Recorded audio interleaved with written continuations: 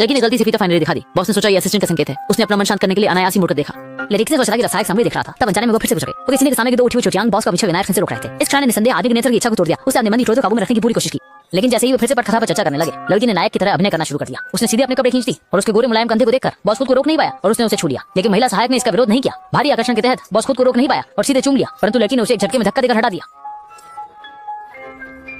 वो सुनकर बहुत हैरान हुआ और फिर एक उदास चेहरे के साथ बाहर भाग गया। जब वो घर पहुंचा तो मां ने देखा कि बेटी कुछ ठीक नहीं है। कई बार पूछताछ करने के बाद लड़की को सच बताना पड़ा। जब मां को पता चला कि बेटी के साथ बॉस ने दुर्व्यवहार किया है तो वो तुरंत गुस्सा और शर्मिंदा हो गई और तुरंत उसे वकील के पास ले गई ताकि उसके खिलाफ मुकदमा दायर कर सके। कि वकील की गणना के अनुसार अगर मुकदमा जीता जाता है तो कम से कम दूसरी पार्टी से लाखों की भरपाई की जाएगी, लेकिन लड़की नहीं चाहती कि मामला बढ़े, जबकि मां पैसे के लालच में इस मुआवजे की जिद कर रही है। लेकिन उसी दिन क्योंकि आदमी ठीक समय पर बाहर मेहमान से मिलने गया था, इसलिए अदालत द्वारा दी गई समन उसकी पत्नी के हाथों में आ गई।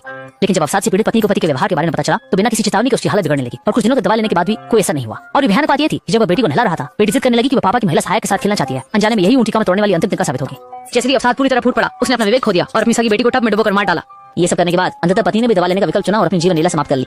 जब आदमी घर वापस आया तब तक सब कुछ बहुत देर हो चुकी थी। टेबल पर नोटिस देखकर वह निराश हो गया। सिर्फ एक गलतफहमी, एक ही रात में उसने अपने जीवन के दो सबसे महत्वपूर्ण लोगों को खो दिया।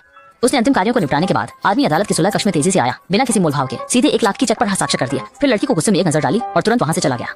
इससे लड़की को तुरंत ही एक अनहोनी की आशंका हुई। तब तक लड़की ने जज के मुंह से ही बॉस के घर की घटना सुनी। दीवार पर छोटी लड़की द्वारा दिए गए चित्र को देखते हुए वह गहरी आत्मग्लानि में डूब गई। वह वास्तव में नहीं सोच सकती थी कि चीजें इस हद तक बढ़ जाएंगी। थोड़े समय बाद लूसी लेखक को पत्र लिखने लगी अपनी माफी व्यक्त करने के लिए, लेकिन भेजे गए पत्रों का कभी जवाब नहीं मिला, जिससे लूसी के मन में कुछ बेचैनी पैदा होने लगी। जल्द ही एक रात उसे भाई का फोन आया कि माता पिता जहरीले मशरूम खाने की वजह से एम्बुलेंस में बचाए जा रहे हैं। लूसी जल्दी से अस्पताल पहुंची, लेकिन भाई ने उसे बताया कि पिता को बचाया नहीं जा सका और उनकी मृत्यु हो गई और माँ भी अर्धांगवाय हो गई है।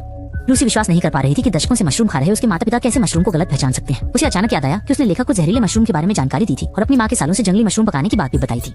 क्या यह दुर्घटना लेखक का बदला हो सकता है? लूसी ने यह अनुमान अपने भाई को बताया, लेकिन भाई को लगा कि लूसी आघात सहन नहीं कर पा रही है और उसका मानसिक संतुलन बिगड़ गया है। इसके बाद पिता के अंतिम संस्कार के बाद लूसी ने लेखक की हर गतिविधि पर ध्यान देना शुरू किया और फिर उसे पता चला कि लेखक की लेखन शैली बदल गई है। जिसने पहले प्रेम कहानी लिखी थी, अब वह सस्पेंस उपन्यास लिखने लगे हैं। और साक्षात्कार के दौरान लेखक ने मेजबान से कहा कि उसने एक नई प्रेरणा देवी को खोज लिया है। इन बातों को सुनकर लूसी के शरीर में सिहरन दौड़ गई। कुछ ही समय बाद एक ही परिवार ने दबावपूर्ण माहौल को कम करने के लिए समुद्र तट पर छुट्टी मनाने का निर्णय लिया, जहाँ लूसी भी इस वातावरण में आराम करने लगी।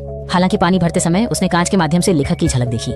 लूसी को विश्वास नहीं हो रहा था। उसे यकीन नहीं था कि यह सब संयोग मात्र है, इसलिए उसने चुपके से उसका पीछा किया ताकि यह पता कर सके कि लेखक का उद्देश्य क्या है। लेकिन सिर्फ एक मोड़ पर वह उसे खो बैठी। लूसी ने यह खबर अपने परिवार को बताई, पर सभी ने इसे हल्के में लिया। मां ने तो यहाँ तक कहा कि लेखक को शुक्रगुजार होना चाहिए कि लूसी ने उसे जेल नहीं भेजा। जल्द ही समुद्र में तूफान आया और पूरा परिवार घर में छिप गया, लेकिन वे जीवन रक्षक के लिए अपने भाई का इंतजार करते रहे, जो नहीं आया। जब तक तूफान गुजरने के बाद लूसी ने समुद्र तट पर अपने डूबे हुए भाई को पाया। सदमे के बीच लूसी ने भीड़ में फिर खतरनाक नजरों से देख रहे लेखक को देखा। फिर सिर उठाते ही लेखक फिर से गायब हो गया। देखा, लूसी को समझ नहीं आया कि जो कुछ अभी हुआ वह उसकी कल्पना थी या नहीं। अंततः इस हादसे को एक दुर्घटना माना गया, लेकिन लूसी दृढ़ता से विश्वास करती थी कि मामला इतना सरल नहीं है। कई सालों बाद भी लूसी एक आदत बनाए रखती थी, कभी भी अपनी छोटी बहन को किसी सामाजिक गतिविधि में भाग लेने नहीं देती थी। स्कूल जाने और आने के लिए भी खुद ही ले जाती थी।